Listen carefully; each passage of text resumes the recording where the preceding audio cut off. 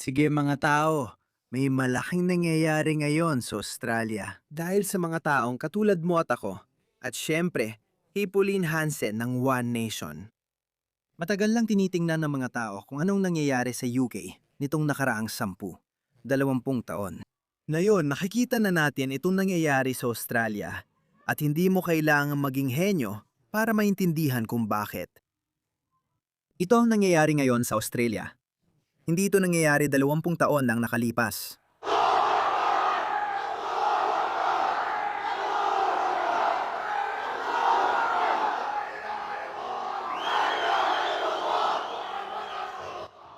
Shopping center ito sa Sydney na pinamumugaran ng mga Islamist at Jihadi na galit sa pamumuhay ng kanluran, galit sa Australia, at galit sa mga pagpapahalagang Australiano. Hindi ito natatangi insidente. Marami na tayong ganitong nakita. Alam kong naalala mo ito mula nung unang bahagi ng taong ito. Hindi kilala si Butari Jihadi. Pinayuhan sila ng pulis na umalis, pero sa halip, nagtangka silang gumawa ng eksena. Hinarangan nila ang daanan ng tao at nagsimulang magdasal. Umaasang hindi sila gagalawin ng pulis. Pero tama ang ginawa ng pulis. Binigyan sila ng utos na umalis at pinaalis sila. May ilang voke na parang siraulo na tulad ng mga ito na sinusubukang pigilan ng pulis. Siya nga pala, hindi pa ako tapos. Ano ang ibig kong sabihin sa nangyayari sa Australia? Yan ang tinutukoy ko. Nakamiti ako at masaya ako. Kay isa ako, isa itong araw ng tapang.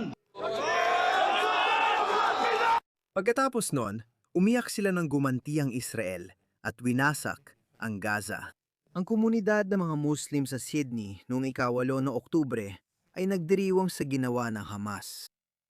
Pinaslang, pinatay, pinilayan, pinugutan ng ulo, ginahasa ang mga inosenteng sibilyang Israeli.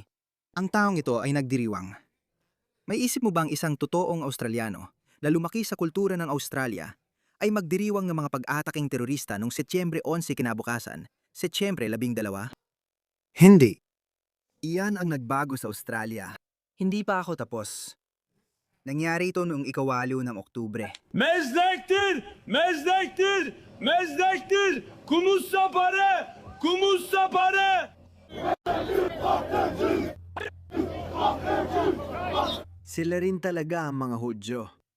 Hindi Israeli kundi mga Hudyo. Tingnan mo gaano karami sila. Ilan? Hindi nila pwedeng sabihing may ekstremista lang dyan. Hindi ko alam kung naalala mo. Mga 10-15 taon na ang nakalipas.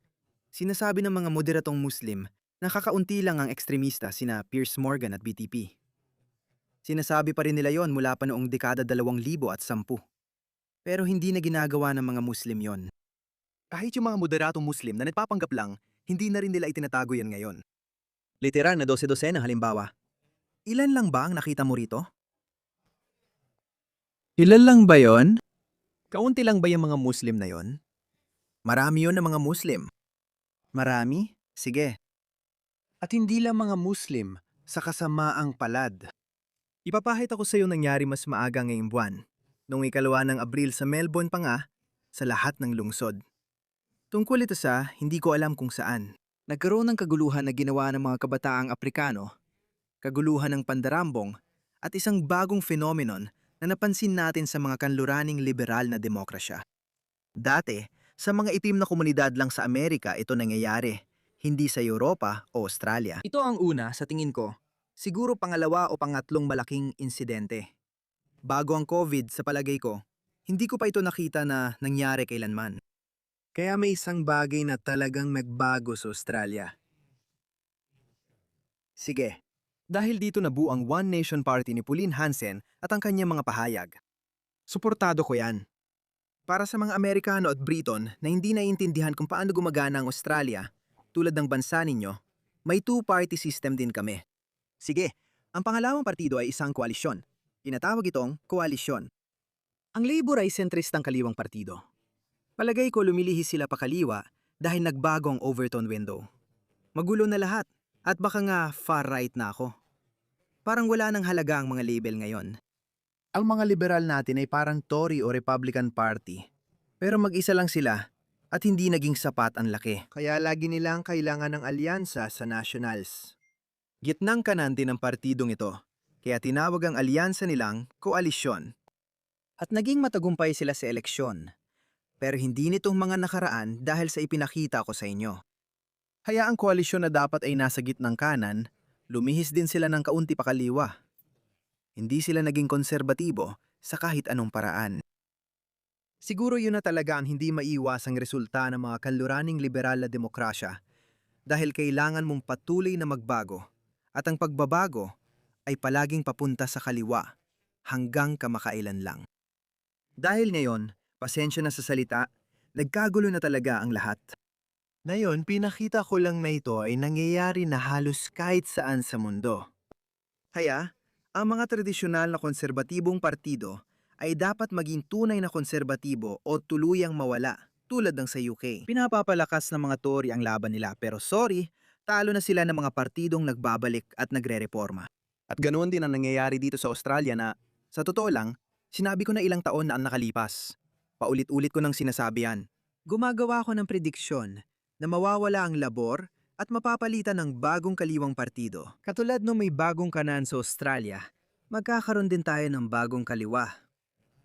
Natatakot ako na baka ang Greens ang pumalit tulad ng sa UK. Hindi ko kailangang muling imbintuin ang gulong. Tingnan ko lang ang UK, ating pinagmulan sa kultura. Ngayon na naiintindihan mo na kung sino ang koalisyon, sila rin ay katulad ng kanilang mga katapat sa UK, ang mga Tories, na lalo pang pinatitindi ang laban. Si Angus Taylor ang leader ng oposisyon, pero malamang hindi na magtatagal. Magkakaroon tayo ng susunod na pangkalahatang eleksyon sa 2028. At hinuhulaan ko na parehong Labour at ang koalisyon mawawala ang kanilang katayuan. Magkakaroon ng bagong kaliwa. Sa ngayon mukhang matatag ang Labour bilang pangunahing partidong kaliwa ng Australia. Marami pang pwedeng mangyari sa susunod na 2 taon dahil hindi mawawala ang mga taong ipinakita ko sa inyo, mga kaibigan. Makakakita pa tayo ng mas marami pang mga ganoong video. Makakakita pa tayo ng mas marami pang nakawan, kaguluhan at pagkakaroon ng mga ghettos at mga sigaw ng Allahu Akbar at mga Muslim na gumagawa ng mga bagay na pang-Muslim. Makakakita pa tayo ng marami niyan sa susunod na 2 taon. Mapapagod at magsasawa na ang karaniwang Australiano sa ganitong mga pangyayari. May ilang tao na lilipat pa sa kaliwa papunta sa Greens at may ilan namang lilipat pa sa kanan papunta sa One Nation. Magkakaroon tayo ng mas matitinding kanan at kaliwa. Ganyan na ang lipunang ginagalawan natin. Hindi dahil racist o mas radikal ang mga tao, kundi dahil nagbago na talaga ang kalagayan. Si Angus Taylor, bagong leader ng oposisyon, ay nagbigay ng mga interesanting pahayag. Pakinggan natin. Ang imigrasyon ay isang pangunahing alalahanin para sa mga Australiano. Walang duda tungkol diyan. May maipagmamalaki tayong kasaysayan ng pagtanggap sa mga tao mula sa iba't ibang bansa. Mga taong yumakap sa ating pagpapahalaga at nagsikap ng husto. Sino ba ang tinutukoy natin? Yan ang palaging bukang bibig at patakaran, pero kalaunan, nawala rin yon. Isipin mong may Pakistani, Bangladeshi, Syrian o Afghan na magmimigrante sa Australia at ang pag-aakalang makikibagay siya sa karaniwang lipon ng Australiano, gaya ng isang Britong lumilipat sa Australia, ay isang napakabobong pananaw. Kung dati mong iniisip yan, maiintindihan at mapapatawad ka pa noon. Pero ngayon, wala ka ng rason. Kapag nagpasok ka ng mga tao mula sa Africa, Asia o Timog Silangang Asya, saan man sila manggaling, hindi sila makikibagay. Sige, dadalhin nila ang sarili nilang paraan ng pamumuhay. At ang paraang iyon ng pamumuhay, lalo na kung ito ay Muslim na paraan ng pamumuhay, siguradong magkakaroon ito ng banggaan sa paraan ng pamumuhay ng mga Australiano. Pinapayagan ng lahat ng ibang kultura na panatilihin ang kanilang pamumuhay. Pero tila hindi pinapayagan ang mga puting Europeo o Anglo na panatilihin ang sarili nilang kultura. Itong mga taong ito, itong mga nagmamagaling, nagpapakitang tao, at pro-multikulturalismo na mga tao. Gusto kong pumunta ang mga taong ito sa Amazon Rainforest, sa African Savanna. Pumunta sa tribong Maasai at sabihin sa kanila, "Hoy, masyado kayong nakapako sa iisang kultura. Sige, maggala kayo ng ibang kultura para maging mas multikultural. Alam natin kung ano ang mangyayari sa kanila." Kakainin sila ng kapwa-tao. Ganun naman talaga dapat. Ngunit hindi malinaw kung bakit kailangang tanggapin at yakapin ng kanluran ang mga mapalabang kulturang mula sa ikatlong mundo. Mga kulturang walang pagkakapareho sa mga pagpapahalagang kanluranin. O sa kulturang Australiano o sa alinmang iba pang kulturang kanluranin na kinabibilangan mo. Maging ito man ay Britanya, Pransya, Alemanya, Amerika o Kanada. Kaya naging ganoon ang posisyon. Sige, dayun pa man, napansin namin na hindi pala ganun kasimpel yon. Kailangan natin ng bagong solusyon at mag-adjust para mapanatili ang pamumuhay natin. Ano yun? Pakinggan mo ito. Nangarap ng Australianong pangarap at sa napakaraming pagkakataon, natupad ito sa pambihirang paraan. Australiano ng pangarap. Sorry, kailangan kitang ihinto. Uulitin ko ang buong video ng walang putol. 52 segundo lang naman ito. Ang Australianong pangarap ay magkaroon ng kotse at bahay. Simple lang ito, ngunit hindi naabot kamay ng maraming kabataan. Mas maliit ito kumpara sa American Dream. Pero kapag nagdala ka ng mga tao mula sa ibang kultura, ibang tingin nila sa Australianong pangarap. Ang Australia ay isang welfare state. Mayroon tayong matatag na sistema ng tulong palipunan. Mayroon tayong departamento na tinatawag na Centrelink na tumutulong sa mga nangangailangan, may kapansanan, walang trabaho, mga walang tirahan at iba pa. Alam mo, binibigyan natin sila ng pera. Pinakamababang kailangan para mapanatili ng karaniwang Australiano ang pamumuhay. Kaya kung isa kang karaniwang Australiano, malamang hindi mo magugustuhan ang 14 o kung anuman ang rate, 1,400, $1,000 bawat linggo o 2 linggo. Hindi yon sasapat para sa isang normal na karaniwang Australiano para mabuhay ayon sa kanyang estilo ng pamumuhay bilang Australiano. Pero kapag nagdala ka ng tao mula Afghanistan na may 4 o 5 anak at dadagdagan pa, gustong-gusto nila yon. Para sa kanila, wow, tamang-hamanga ang pangarap ng Australia. Gustong-gusto nila yon. Kaya ang version nila ng pangarap ng Australia ay iba sa pangarap ng Australia na alam natin. Sige, magsisimula ulit ako. Walang patid. Mahalagang issue ang imigrasyon para sa mga Australiano. Walang duda roon.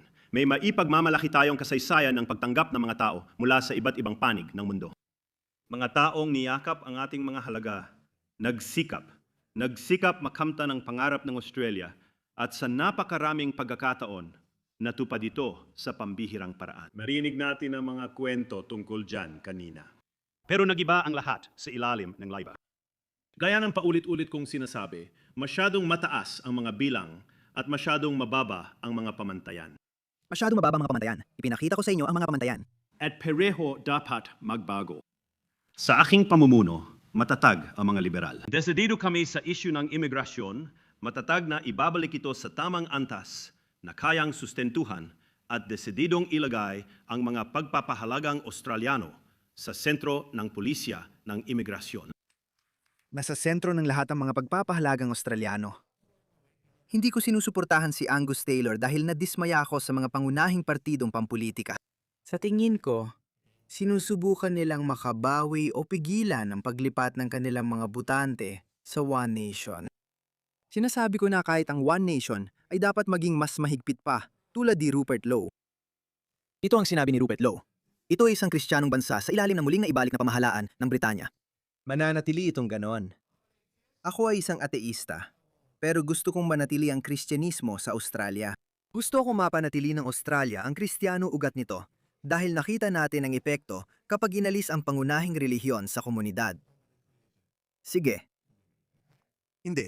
Malinaw na hindi ko sinasabi na dapat ipagbawal ang aborsyon at dapat kayong makialam sa legislatibong balangkas ng Australia. Hindi. Hindi yon ang sinasabi ko. Ang tinutukoy ko ay ang mga pangunahing halaga. Sige.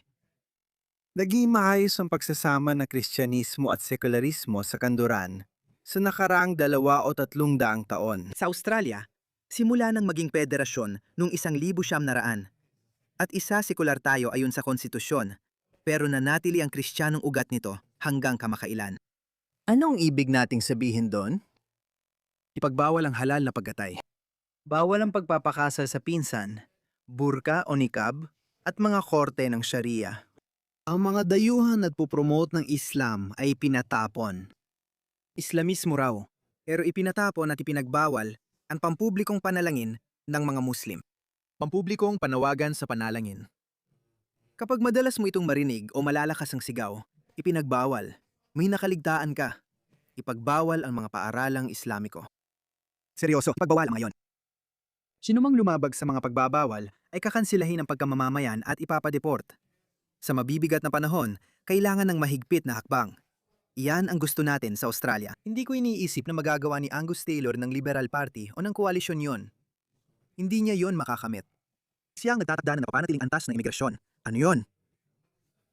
Sa ngayon nag-aangkat tayo, ewan ko mga 300,000-400,000 bagong tao kada taon. Karamihan mula sa India. At hulaan mo kung ano? Uulitin ko. Sinabi ko na mas magagaling na migrante ang mga migranteng Indian kumpara sa mga migrante mula sa mga bansang Muslim.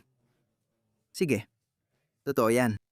Pero hindi lahat ng ginagawa nila ay naayon sa Australia.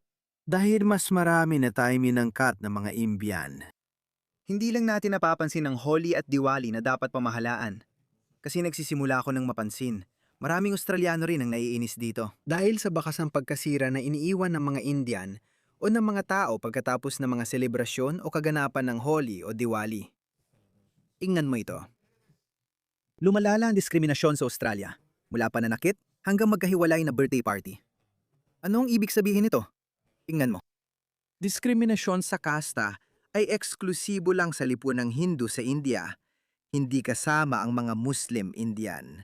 May konsepto sila ng untouchability at dalit, mga tao sa mababang kasta. May papel sila sa lipunan at ang mga tao mula sa mataas na kasta tulad ng mga Brahmin. Itinuturing nila ang ilang tao na sa tingin ko ay 40% ng kabuuang komunidad ng Hindu sa buong mundo. Sila ang mga dalit, ang mga itinuturing na untouchable. Alam kong ginagawa ng pamahalaan ng India ang lahat para malampasan ang problema. Kaya nga si Pulong Ministro Modi ang nagluklok sa isang pangulo ng India na mula sa komunidad ng mga Dalit. Sinasabing tradisyonal siyang mula sa kategoryang itinuturing na untouchable. Pero hindi naman totoo. Sinusubukan ng pamahalaan ng India na baguhin yon, pero hindi ganoon ang takbo niyan. Sinasabi ng mga pamahalaang Muslim na nilalabanan nila ang radikalismo o Islamismo, pero hindi yon ang nangyayari. Libu-libong tao nang nakatanim sa kanilang pambansang isipan ang mga pagpapahalagang ito at hindi basta nawawala kahit may pagbabawal. Kaya kapag nagpapapasok tayo ng maraming Indian, sumasama rin ang diskriminasyon sa kasta ayon sa SBS. Isa itong kagalang-galang na outlet ng balita sa Australia. Kaya heto na, si Jacinta Allen, na siyang premier na estado ng Victoria kung saan ako nakatira sa Melbourne, ay sinira niya ang aming estado. Ang Melbourne ay dating nananalo bilang pinakamainam tirhang lungsod sa buong mundo nang sunod-sunod sa loob ng 10 o 11 taon. Magaganda ang mga araw noong dekada 2010, tapos dumating ang COVID. Sige, tingnan mo ang sinasabi ni Jacinta Allen. Opinyon ko sa patakaran ng mga liberal sa migrasyong nakabatay sa lahi. Anong ibig sabihin ng lahing batayan? Sabi niya dapat unahin ang pagpapahalaga ng Australia. Ano ang masama roon? Kita mo, pareho lang mga sinasabi nila na paulit-ulit nilang inuulit dito. Ang patakarang ito na tulad kay Trump ay tatarget sa mga pamilyang Chino, Muslim at Kristiyano mula sa Lebanon at Iraq. Talaga?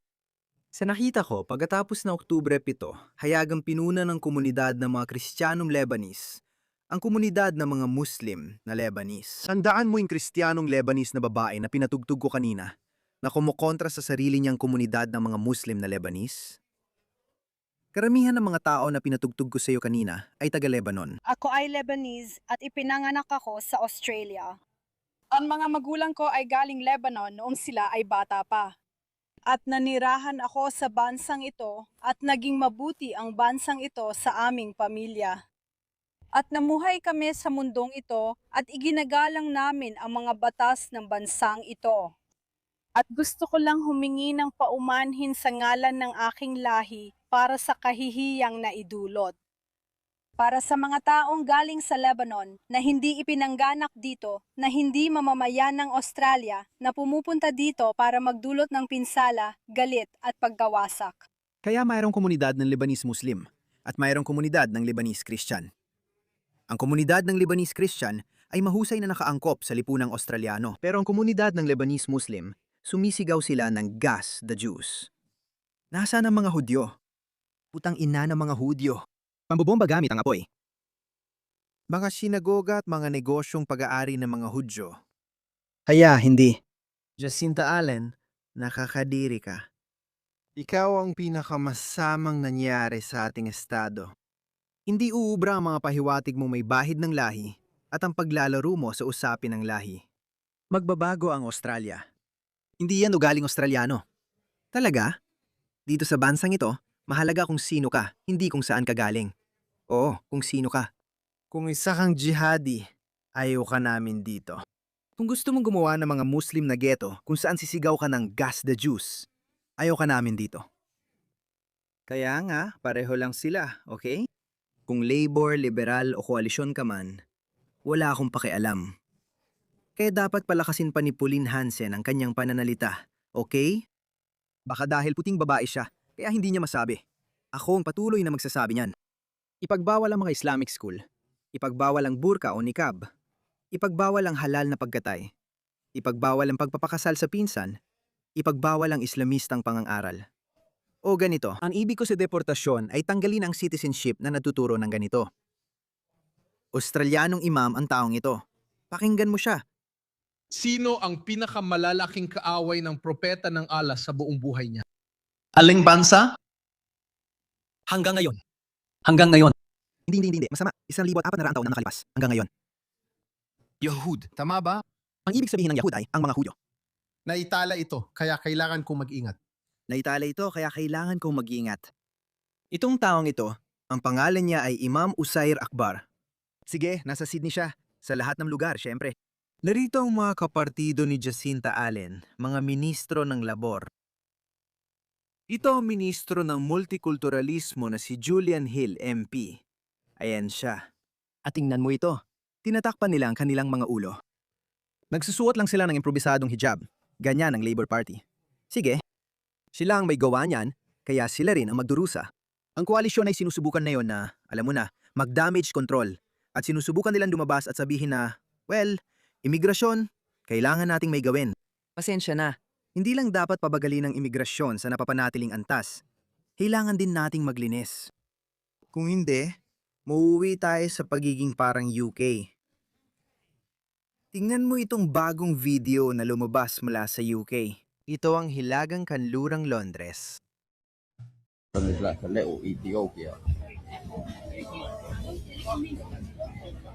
Makakahanap na. Ito ang Londres mga pare. Ito ang Hilagang Kanlurang Londres. Gusto mo bang maging ganito ang Melbourne? Pati Albert Park, St. Kilda, Brighton? Mukhang malapit na mangyari. Magiging ganyan din ang downtown Sydney. Hindi ko alam ang mga pangalan ng mga suburb ng Sydney, Paramount o kung ano pa man. Manly Beach. Ganito ang mangyayari. Diyos ko, hindi dapat ako tumatawa. Dapat umiiyak tayo. Ay, Diyos ko. Mga pare, mangyayari na. Sige. Mangyayari na to. Ang mga politiko tulad ni Anthony Albanese, Jacinta Allen at iba pang mga politiko ng Labour ay patuloy kayong mamanipulahin at pagdududahin sa sarili at tatawagin kayong racist, gaya ng sinabi niya. Dito sa bansa natin, hindi mahalaga kung saan ka galing. Ang mahalaga ay kung sino ka. Oo, yan ang mahalaga, kung sino ka. Ang mga tao ay refleksyon ng kanilang kultura at paraan ng pamumuhay. Dinadala nila ang kanilang paraan ng pamumuhay sa ating mga bansa na may kabaliktarang paraan ng pamumuhay. Hindi natin dapat iisin yan. Kung papasok ka, maging katulad ko. Namumuhay ako bilang isang kanduraning lalaki. Lubos na naimpluwensyahan ng kanduran. Hindi ko sinasabi na dapat mangibabaw ang kultura ng pinagmulan ko, Pakistani, o kulturang Muslim sa Australia. Hindi ako naniniwala doon. Tinututulan ko yon kasi alam kong magiging isang bulok na lugar yon. Kung angkat ang Australia ng kultura mula sa ikatlong mundo, o kahit mula sa unang mundo, gaya ng kulturang Hapon, bakit kailangan mawala ang sariling pagkakakilala ng Australia? At pagkatapos, pinagtatawanan ka pa ng mga taong ito. Ano daw ang kultura mo? Oo, fish and chips. Yan ba kultura mo? Hindi. Hindi lang pagkain na naglalarawan sa'yo. Tingnan mo kung anong naitayo ng mga Australiano sa disyerto sa pinakatuyong kontinente sa mundo. Isang napakamatagumpay at maunlad na bansa. Isang kultura ng katapatan, pagsunod sa batas, kalayaan, at malayang pananalita. Sa totoo lang, direktang inaatake ng mga kaliwang politiko ang mga halagang ito para pagbigyan ng mga taong pinakita ko na gustong sirain ang mga halagang Australiano. Kaya tinatanggap ko ang pahayag ni Angus Taylor, pero pasensya na, huli na. Kailangan mo magsabi ng mas matinding bagay. Oo, kailangan mo. Kung nais nating matiyak ng susunod na henerasyon ng mga imigrante, ay hindi magdadala ng hinanakit at paraan ng pamumuhay ng kultura ng kanilang mga magulang. Kailangan mo alisin ang mga paaralang panrelihiyon. Walang panrelihiyong paaralan para sa mga Indiano, okay? Hindi pwedeng magkaroon ng mga paaralang Islamiko. Yung mga paaralang Islamiko sa Epping, sa Australia, sa Melbourne, hindi ko alam kung marami pa. Mas malala pa sila kaysa sa mga paaralang panrelihiyon ng Taliban. Pinaghihiwalay nila ang mga babae at may mga suot pa silang parang ninja, habang ang mga lalaki ay parang mula sa medieval gitnang silangan. Hindi natin gusto yan at dapat ipagbawal. Isang usapin ang pagpigil sa pagpasok ng mga taong mula sa mga mapalabang kultura. Kung nais mong matiyak na hindi magiging tulad ng British Muslim ang susunod na henerasyon, isara ang mga paaralang panrelihiyon. Isara sila. Walang papuring makukuha dyan. Hindi nagpapasalamat ang mga taong ito, Australia, kahit pinapayagan mong mamuhay sila ayon sa sarili nilang paraan ng pamumuhay. Sa halip, pinalalaki nila ang susunod na henerasyon ng mga jihadi na galit sa inyo. Tingnan mo, binomba mo ang Iran, Syria, Pakistan, at Afghanistan. Kaya galit kami sa inyo. Iyan ang susunod na henerasyon. Tingnan mo ang UK. Dito ko tatapusin ang video. Ayokong maging ganito ang Australia. Pasensya na. Ano ito?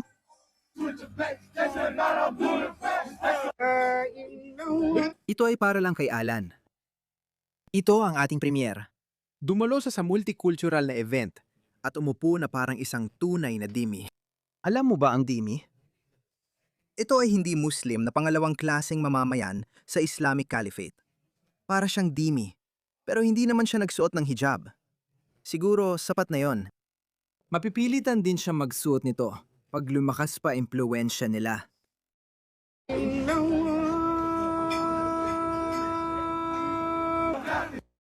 Ano to? Ano to? Ano to? Ayoko nito. Ayoko talaga. Ayoko nito. Ayoko talaga. Mali ba talagang sabihin to? Ayoko nito. Pasensya na. Kailangan nating i-rehabilitate ang mga hindi natin maipa-deport. Kung hindi natin sila marerehabilitate, pasensya na. Mamuhay ka na lang kasama ng mga taong ganoon ang ugali. Ayaw namin yan. Pasensya na. Hindi mali ang sabihin yan. Sa panahon ng kagipitan, kailangan ng matitinding hakbang. Sinusubukan ni Angus Taylor ibalik ang koalisyon sa gitnang kanan, pero hindi ito sapat.